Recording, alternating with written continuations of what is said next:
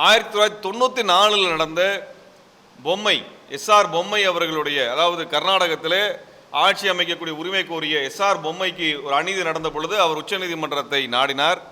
அப்பொழுது உச்சநீதிமன்றம் என்ன சொன்னது என்றால், எந்த கட்சிக்கு பெரும்பான்மை இருக்கிறதோ, அதாவது அதிக எண்ணிக்கையில் பெரும்பான்மை இல்லாமல் ஒரு தொங்கு சட்டசபை உருவாக்கக்கூடிய சூழலில் எந்த கட்சிக்கு அதிகமான உறுப்பினர்கள் இருக்கிறார்களோ, சட்டமன்ற உறுப்பினர் இருக்கிறார்களோ அந்த கட்சியை அழைக்க வேண்டும் என்று உச்சநீதிமன்றம் தீர்ப்பு கொடுத்தது.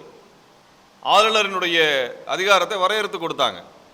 அப்போ இந்த வரையறைப்படி எந்த நடவடிக்கையும் தமிழ்நாட்டினுடைய இன்றைய ஆளுநர் மேற்கொண்டிருந்தால் விஜய் அவர்களுக்கான ஆட்சி அமைக்கக்கூடிய உரிமையை அங்கீகரித்திருப்பார்.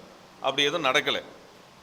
இப்போ நம்ம என்ன கேட்குறோம்னா, அதிமுக திமுக இரண்டு கட்சிகளும் இரண்டு கூட்டணிகளும் ஆட்சி அமைப்பதற்கான உரிமை கோரவில்லை. அவங்க நாங்கள் ஆட்சி அமைக்கிறோன்னு கேட்கல. ஆட்சி அமைக்கணும்னு கேட்ட ஒரே கட்சி தமிழக வெற்றி கழகம் தான் கேட்டிருக்கிறாங்க. திரு விஜய் அவர்கள் தான் சந்தித்து பேசியிருக்காங்கன்னா, தமிழ்நாட்டில் உடனடியாக மக்களாட்சி நிலவுவதற்கான வழிமுறையை செய்வது தான் ஒரு ஆளுநரோட வேலை. அப்போ மக்களாட்சி பொறுப்பேற்பதற்கான ஒரு வாய்ப்பை அவர்கள் தமிழக வெற்றி கழகத்திற்கு கொடுத்திருக்க வேண்டும்.